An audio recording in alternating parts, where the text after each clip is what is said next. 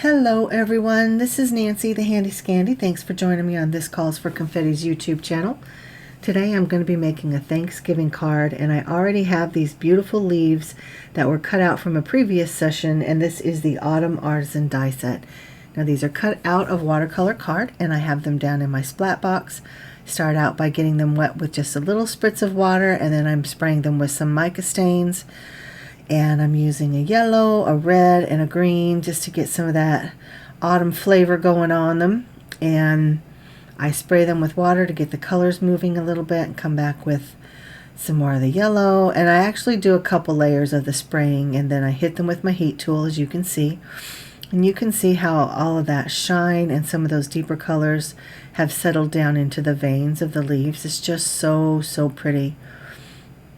I love it. And these leaves are just gorgeous, y'all. I mean, you can see they're on the screen, they're beautiful, but if you haven't seen them in person, let me encourage you to check them out. They're absolutely stunning. And I know that in terms of making, a lot of people are on to Christmas already, and I've done some Christmas makes as well, but this is the month of Thanksgiving, so I wanted to focus on a Thanksgiving card, and we all have so much to be thankful for. So while I have my leaves up there in the corner, I'm die cutting several rounds of planks, if you will. I think I cut them out 4 times, the larger ones, only these larger ones. And I'm using the What Lies Beneath die set. And then I take my Bearly Arts Precision Craft glue and I start laying these die cuts down onto this panel of cardstock. So I'm not particularly careful about making sure that all the edges line up or that kind of thing. I'm not being very precise at all, to be honest. I just kind of scudge it up to the next one, if scudge is a word, and I trim off any excess, and then I use that excess and I glue that down to whatever open space needs to be filled. And I'm not too worried about filling the whole panel, because ultimately I'm going to be cutting this down with the frame die. And we'll talk about that when we get there. But you can see where I'm talking about not worrying about the precision, right? You can see the paper through the planks. And this is where I'm coming in with my Distress ink, and this is Vintage Photo, and I use that big blender brush, and I just got some of that color down into all the grooves. It really shows the wood pattern beautifully. And then I come in with one of my Olo markers, and it is in the brown family, but it's quite light actually. So I come in with this darker one, and that really adds the edges to the planks that I was looking for. It defines them, and it adds color down into those crevices, if you will, where you could see the pattern or the panel, the beige colored panel beneath. So it serves 2 purposes coming over this with my Olo markers. But now here's where I was talking about I was going to cut the whole panel down with a die. So this is the Hello Elongated frame die. And I trimmed it down, and I thought that I had turned my camera back on, but apparently I had not. But what I did in the meantime was I used some double-sided glue, or no, it's not glue, it's the tape. It's not the foam tape, but it's the regular tape. And I laid down the tape all the way around the edge, and I used one of the amazing acetate sheets, the A2 size acetate sheets, trimmed off any excess, and then I used the double-sided foam tape. The fun thing that's going on now is I am making my own mix that's going to mix and match with the wood plank dies that create the frame, as well as those beautiful leaves. So I am using several different things. I've got Autumn Buzz, and that's what I'm pouring out now. And with this one, I pull out, there are confetti that are wood grain. They're stinking adorable, and I knew that I wanted the wood grain in here, and this was the only place I had the wood grain. So I'm taking the wood grain out of this particular mix, and there are some teeny tiny little donut shaped circles. They're kind of in a brassy, bronzy, coppery color, and then there are some yellowy orange discs, and I'm pulling all 3 out, and I'm using my pickup tool, as you can see, and I'm just tapping them and then using my fingers to pull them off. That way I maintain control of the confetti. But I also have several different ones in there. I don't have everything in front of me, but I know I have the copper, and I have the, I think it's orange calcite is the yellow, and then I have freshly ground mix as well. And the freshly ground mix has kind of a beigey color. I don't know what the stick-like pieces are called in these mixes. I'm sure there's a name for them. I don't know what it is. Maybe Lisa can comment and let us know what they're called. But I liked all of them. I liked the little white hearts. I thought the hearts were fun. And I just wanted that whole mix. So I mixed that with all of these other things. With the copper, with the orange calcite, with the wood and the bronzy donut ones, and those kind of orangey yellow confetti out of the Autumn Buzz. So again, you can mix and match. You can use the mixes as they come. You can use individual ones if you don't want to mix it up, but you can also mix it up. You can pull from one. Like I have a Valentine's one that has little envelopes, and I like to use those envelopes for lots of different things and not just Valentine's. So sometimes I'll just pull the envelopes out and I'll do a mix of just the envelopes, or I will just use the envelopes like as an embellishment on the card front. You use them in lots of different ways, I guess is all that I'm trying to say.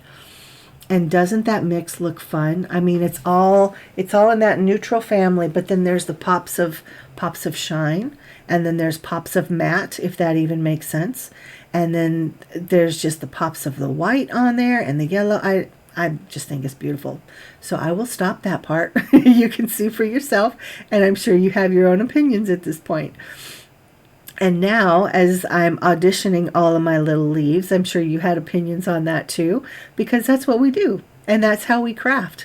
But for this particular craft, I decided to go with these leaves. Now, I don't know what tree these are supposed to have been from, because I just don't know all those things.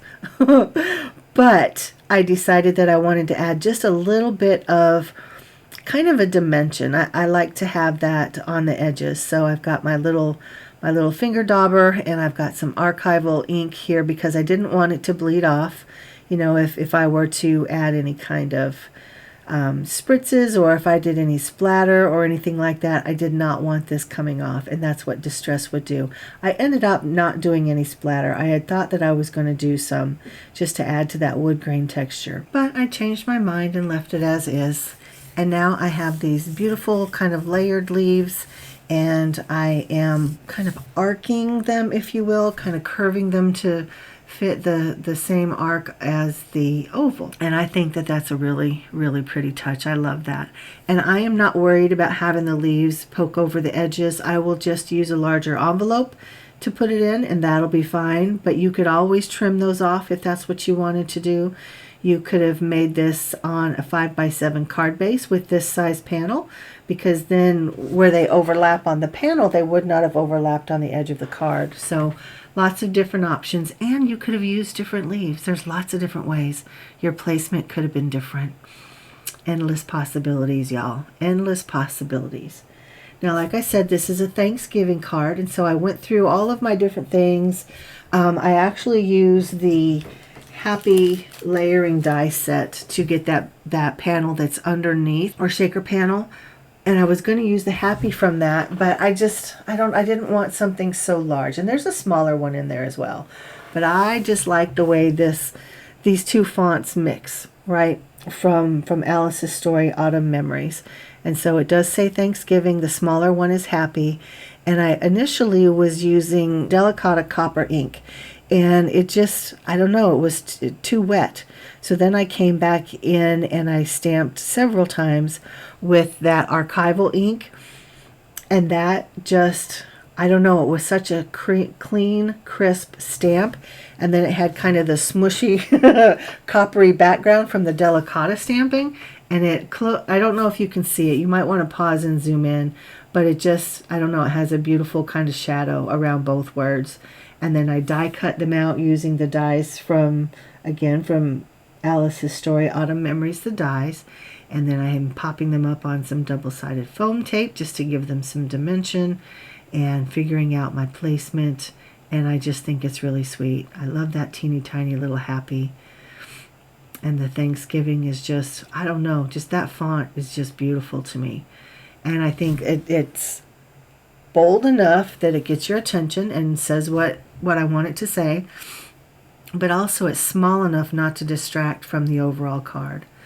Now I wanted to do just a little bit on the inside, so I used the ink that was left over in my blending brush there and just added a little bit of a shadow across the bottom, and then that lower right corner and up the side a little bit.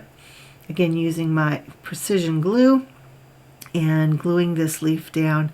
Now I chose to use a different type of leaf, but I just thought it was fun in that corner. And I did not ink blend the edges on that one.